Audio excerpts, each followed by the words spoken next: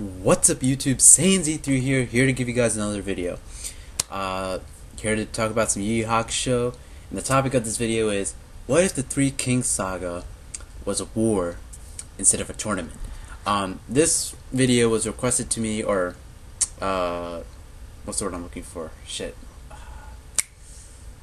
This video was offered to me, this video topic was offered to me by user Mr. Serby11. He did it in one of my live streams right when I was ending it, so shout out to him real quick for coming up with the idea for this video. And you know, Yu Yu Hakusho is my second favorite shonen, my second favorite manga, tied with Cowboy Bebop as my second favorite anime. So, you know, I haven't done a Yu Yu Hakusho video in a long time, so this is the perfect video for me to do this, the perfect opportunity for me to do this also. Yeah. So the first thing that I want to say is that Togashi did the right thing by making this a tournament instead of a war. He did the right thing. The Three Kings Saga is better as a tournament than as a war. If we take everything about the Three Kings Saga and just change, you know, we don't change it at all. The one thing that we do change, however, is the fact that it's a war instead of a tournament. The tournament version would have been better, and there's one reason why. The one reason why it's better as a tournament is because of Raizen's friends. Now, if you guys don't remember who all of Raizen's friends are, you can go on the Yu Yu Hakusho wiki and check them all out. You have Enki, you have Kokou, I think her name is. You have Shu, you have Soketsu, you have Natsumi, you have Natsumi's brother Kujo or something. Then you have like three other people who weren't named. I forget their, or they were, and I forget their names. Whatever. But Raizen's 9 friends are the reason why it was better that the Three Kings Saga was a tournament instead of a war. Because if you guys don't remember, Raizen used to spar with all 9 of these people back in the day when he was pretty much like in his prime or whatever. Or, well, not really in his prime. When not in his prime. When he was, you know, when he was just looking like to get the blood pumping or get the blood flowing and stuff. I don't think it was ever specified what age he was. All we know is that he used to spar with them. And Yomi and Mukuro actually comment on the strength of these 9 demons, saying that such powerful demons have actually gone into seclusion, and you know, not many people know about them. And all 9 of Raizen's friends are on 3 king level. So I want you to think about this for a second. You had Yusuke, who is considered one of the 3 kings, but his strength is nowhere near Mukuro's and Yomi's by the time the saga is happening. And then you have all 9 of Raizen's friends who are on 3 king level and most likely above that. When you have 10 people of that caliber on one side, there's no way Raizen's side is losing. They're winning 10 times out of 10. They are in that situation. Now, let's just talk about, you know, so that's Raizen's side. They have 9 people who are king level, and then they have Yusuke. And of course, you know, you can count Hokushin and Seitei and To and, you know, some of the other monks. But let's look at Yomi's and, you know, Mukuro's side. The things going for Mukuro is that if you look at the end of the Three Kings Saga, in both versions, Kirin, who is her right-hand man, actually comments that Mukuro is stronger when she is angry, when she uses her rage as an advantage. And he also goes on to comment that, at least in the English dub, that Mukuro was really only fighting at half her power because she was so calm, and she wasn't using her, you know, her full rage to her advantage, and, you know, showcasing her full power and stuff. So while that may be true with the English dub about the rage and stuff, I don't remember like what was exactly said in the manga or the sub. Even if that was only half her power, and let's just say we double it just for, you know,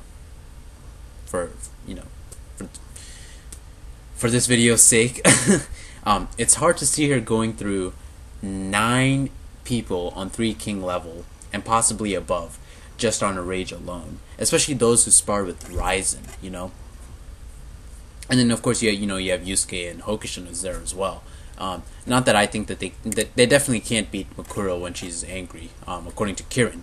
But Raizen's friends, especially 9 of them, even if she manages to take like 1 of them down, I think 8 of them would just definitely be enough to finish off Mukuro, if there was a war. So Mukuro's rage, I think, you know, of course she has like a, you know, like a power up with that, and her strength pretty much, according to Kirin in the English dub, doubles. but I don't think that's enough to make her go through 9 people who are on three king level. And another advantage that she has is that Kirin is actually the strongest right hand man. Out of all the right hand men that the 3 kings have, Kirin is actually the strongest. Before Kurama killed Shachi was the second strongest, and then Hokushin was the weakest. So Kirin was the strongest, and even if Kirin was the strongest right hand man, it's very doubtful that he was stronger than either Yusuke, let alone, or that he was stronger than Kurama and Hiei, let alone Yusuke. At the end of the series, it's actually stated that Yusuke was 1 tier above Hiei and Kurama. Hiei and Kurama were the same tier, and Kuwabara was the weakest out of the 4. But it's hard to see Kirin being above Kurama and Hiei. I highly doubt he's as strong as them. He's probably maybe 1 tier below them, like slightly below them. But I don't think, at least I don't think he's as strong as Yusuke, especially considering the fight that Yusuke gave Yomi at the end of the series.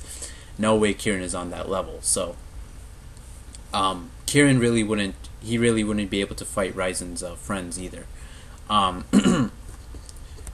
What else is so besides Mukuro's rage and Kirin, she also has Hiei, but just like Kirin, Hiei is also beneath Yusuke's level, and plus he has the other 9 of Raizen's friends to go through. So Mukuro's rage plus Kirin plus Hiei, I don't think is at all strong enough to top Raizen.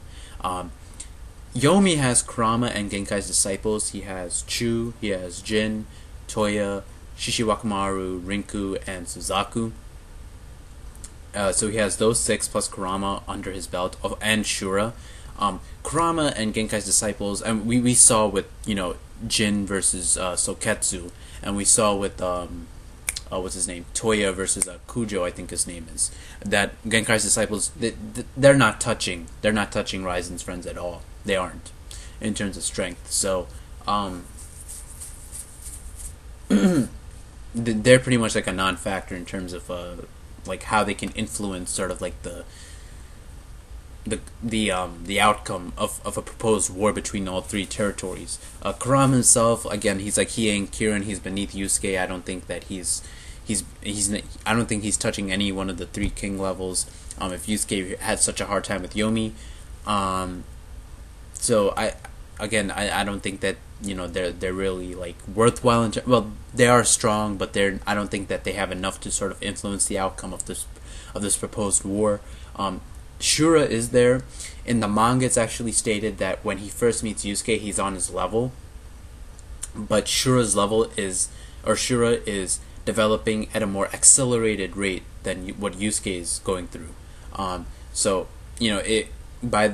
definitely by the time the Demon World tournament is over with, Shura is definitely stronger than Yusuke at that point by the end of the tournament, if not at the start.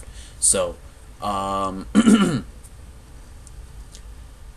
Shura, like, if he's pretty much competing with Yusuke, he could probably beat Yusuke, but again, Raizen's friends. We saw how Yomi versus Shura went, right?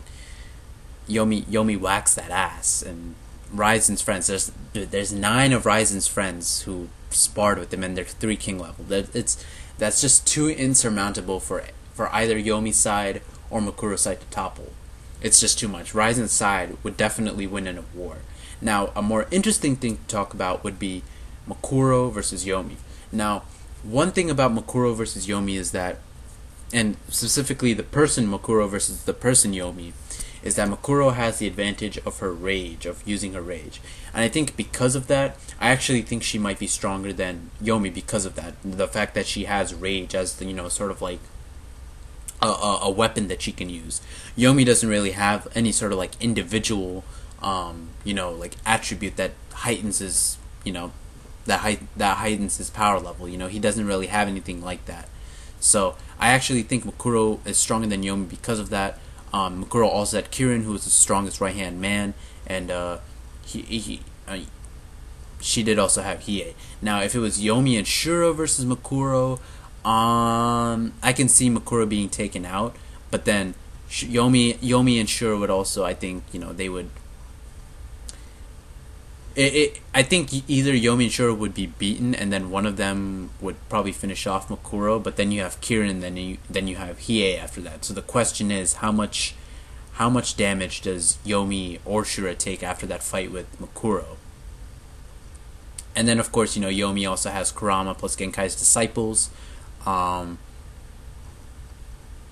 because Hiei and Kurama are pretty much at the same level, and Kirin. It's hard to get like a sort of like rating on how strong he is, but I think the odds point in Yomi's favor for that matchup because Shura's with them, and Shura, because we saw how Yusuke, even though he lost Yomi, the battle damage that Yomi suffered in his match with Yusuke ultimately led him to lose against Enki. I can sort of see the same thing happening with Yomi and Shura versus Mukuro.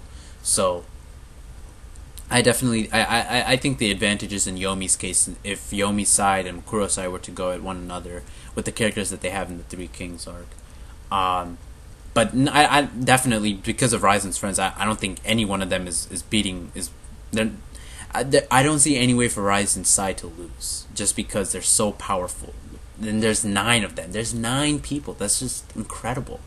And the equivalent of 9 demons who are pretty much sparring with Raizen and on Three Kings level, Raizen's domain is winning. That there's no way that they can lose. There just isn't.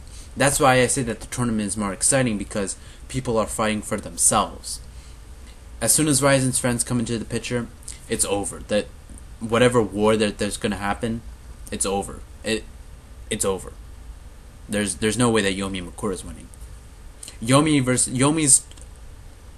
Mukuro's territory versus Yomi's territory. That would have been interesting to see. It would have been interesting to see how Yomi and Shura versus Mukuro would have gone, and how her rage, to see how strong that would have been. But I definitely think Yomi's side has the advantage in that. I think Mukuro has like a lot of power with the rage, but I think Yomi versus Shura might just be a little too much for her to overcome. So yeah, I definitely see Yomi's side winning in that sort of fight. Now, from a writing standpoint, it would have been interesting to see how the character interactions between Yusuke, between Kurama, and between Hiei and Genkai's disciples would have gone. But I severely doubt that Togashi would make them kill one another. They don't answer to the loyalties of either Yomi or Mukuro. They're pretty much selfish. They're doing it for their own reasons. Kurama was pretty much forced into a corner because Yomi, at least in the anime, had his parents on he could have killed his parents off anytime unless he did what he said. But Yusuke was stronger than him anyway. With Hiei, he doesn't answer to Mukuro. I feel like a match between Yusuke and Hiei, or Hiei and Kurama, Togashi could have written that like at any point. He doesn't need the Three Kings Saga for that. So and like I said, I highly doubt that they would be forced to kill one another. I really do. Same thing with Genkai's disciples. I think they're too weak compared to either one of those 3. So I don't think they're much of a factor in that regard. Also, now with Yusuke and how he approaches Yomi and Mukuro, I definitely think that the way he changes them is definitely going to take effect. And I think if they did fight, of course Yusuke would lose, but I think it would have been interesting to see. It would not have been interesting to see, or it wouldn't have been different to see Yomi or Mukuro spare his life once they beat him. You know what I mean? And that's why I think the tournament was the best. That was the best choice, because there were no domains. Everyone was fighting for themselves now. It was Yusuke by himself, Shura by himself, or Shura? Did I say Shura? Yeah, Shura by himself, Yomi by himself, Mukuro by herself, Hiei by himself, Kurama by himself. Just seeing all these demons fight for themselves and not for one another, because, like I said, I just don't see any way with the 9 of Raizen's friends. That's just too insurmountable an obstacle for any one of the other domains to surmount. So, yeah, that's my take on what if the Three Kings Saga was a war instead of a tournament. I think Togashi did the right thing by making it a tournament, and again, it's my favorite arc in Yu Yu Hakusho for a reason. The one thing that I might have a problem with, it's a 50-50 moment for me. I like it, but I hate it. It's when Yusuke, when he's fighting Yomi, he goes like, "What am I fighting for?" And it's just like, fuck, like, why did that have to show up now? That's kind of like a dumb moment. It's a cool moment, but a dumb moment. So, but this is not an arc analysis. I've already done that. You guys can check out that video. You guys can go ahead and search it on my channel. Too lazy to put it in the description, maybe. But yeah, this is my video. What if the Three Kings Saga was a war instead of a tournament? Thank you, Mrs. Serby11, for proposing this video's idea. And yeah, I just brought you guys another video. Peace. Have a nice day.